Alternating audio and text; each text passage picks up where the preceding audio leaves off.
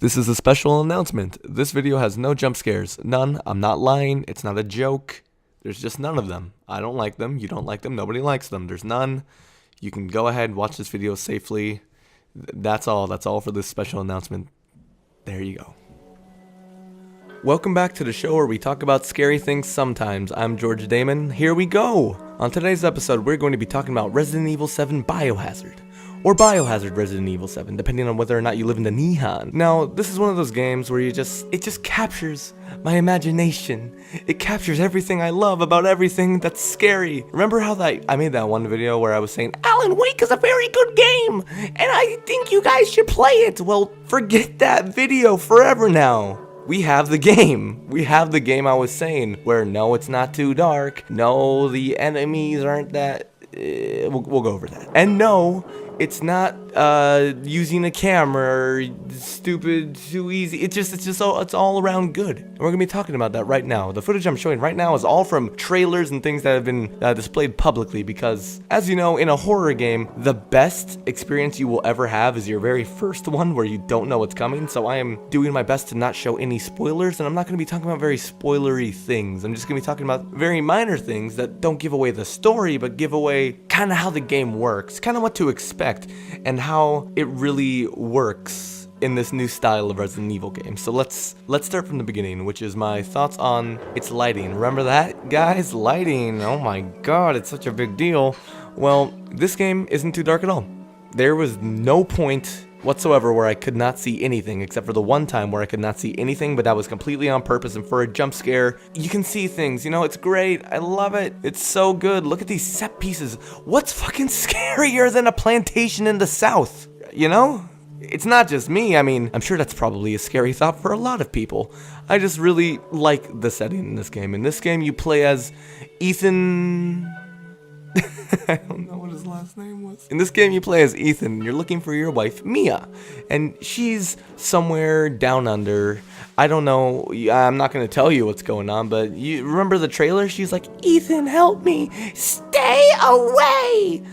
I mean, what the hell else is a good protagonist going to do, right? He's going to go in, and you do go in. It starts off good. One thing I noticed is there are points in this game where it looks like shit.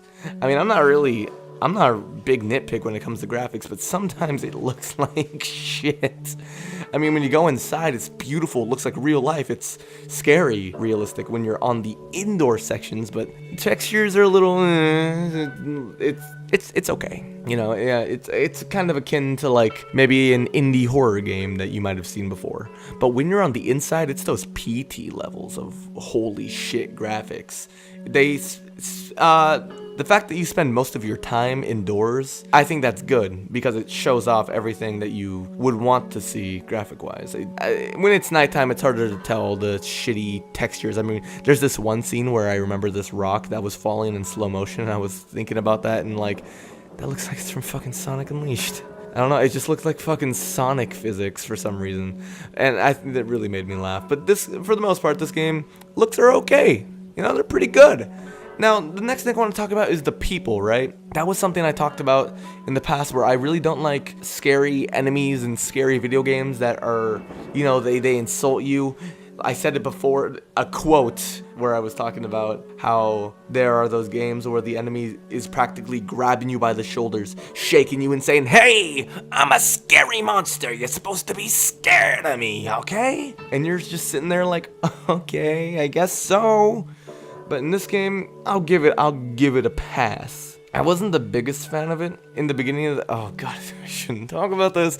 Let's just say, towards the beginning of the game, you encounter a family member, right? And at the beginning, it was a little bit cringe, a little bit, ooh, this voice acting is super, super okay. And I wasn't feeling it. But the reason I want to give it a pass is because these are fleshed out characters, you know? These aren't just your random black shadow creature from Alan Wake that's just saying like, fuck you, Alan Wake, you piece of shit. It's more like, this is Jack, the father, and Marguerite, the wife, Lucas, the son, you know, stuff like that. You know, they have names, kind of their own things going on. I love Jack. He makes the game for me, just the way he's like, hey Ethan, nice car. Oh, yuck. You know, he's just, I love it so much. God, Austin would agree with me. I wish he was here right now just so he could hear this fucking impression. I did that to him the other day. I like saw him in the hallway and I was like, hi, Ethan. He said, no. No, George, please.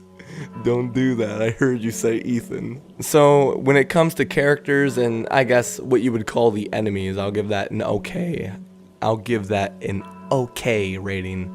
There are also zombies in this game. You might not have known it if you just watched the trailers, but there actually are zombies in this Resident Evil game. They're super duper okay. They're really scary and they're kind of like placed well and decently hard to fight. You know, they're just kind of like, it's a scary monster. The molded, they're kind of like, we got big teeth. It's okay. I wish there were more of them. I think throughout the game I only saw 2 other variations of the enemy, and I was a little bit like, but you know what?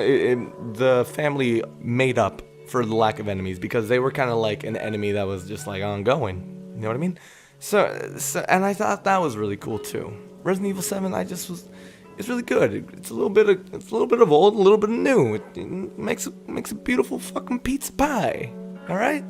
I was never a big fan of Resident Evil growing up. I have no strong ties to an old one or even to a new one. Like I like Resident Evil 4 decently. We're playing it on the show.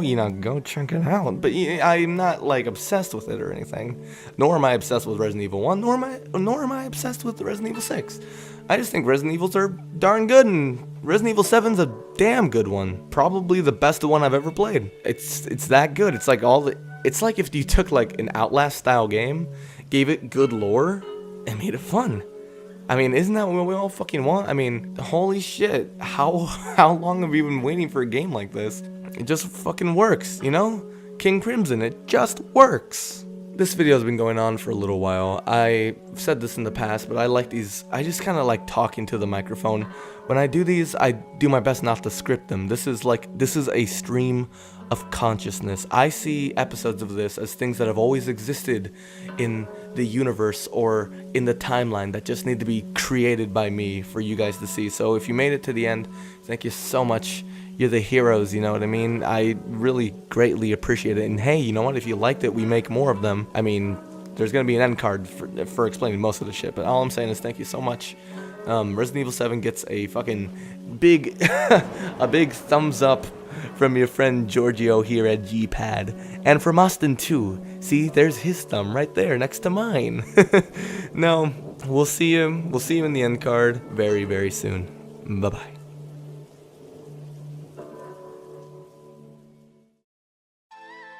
Welcome back to the end slate, everybody. It's me, George. I'm gonna make this real quick. I know in the past I've kind of drugged these on for a little while, but no more. It's a thing of the past. So, real quick, this has been another Saturday video of the I Love series, seeing as I do not have a better fucking name for this. But, we have many more playlists just like this one. We post every single day at 12, so if you want to keep updated on fucking everything we're doing, there's that subscribe button. I'm not fucking, I mean, I am. I'm asking, but I'm just saying, if you want to be updated on everything, go ahead and click that. We post every single day at noon. Super duper easy schedule to remember. Weekdays, regular episodes of GPad. We're doing Resident Evil right now and Bomberman. Those are 2 ongoing series. We have playlists if you want to watch them from the beginning.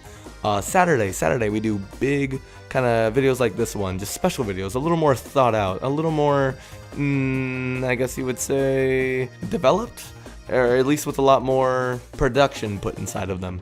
So expect things like that. We have a playlist for those, like game analysis, and we have the best of GPad playlist. Then we have For Glory Hole every single Sunday. So be sure to check us out then.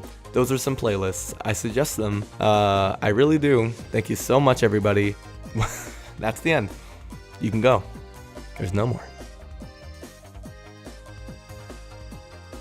Biohazard or that my joke didn't land at all. I forgot what I was trying to say.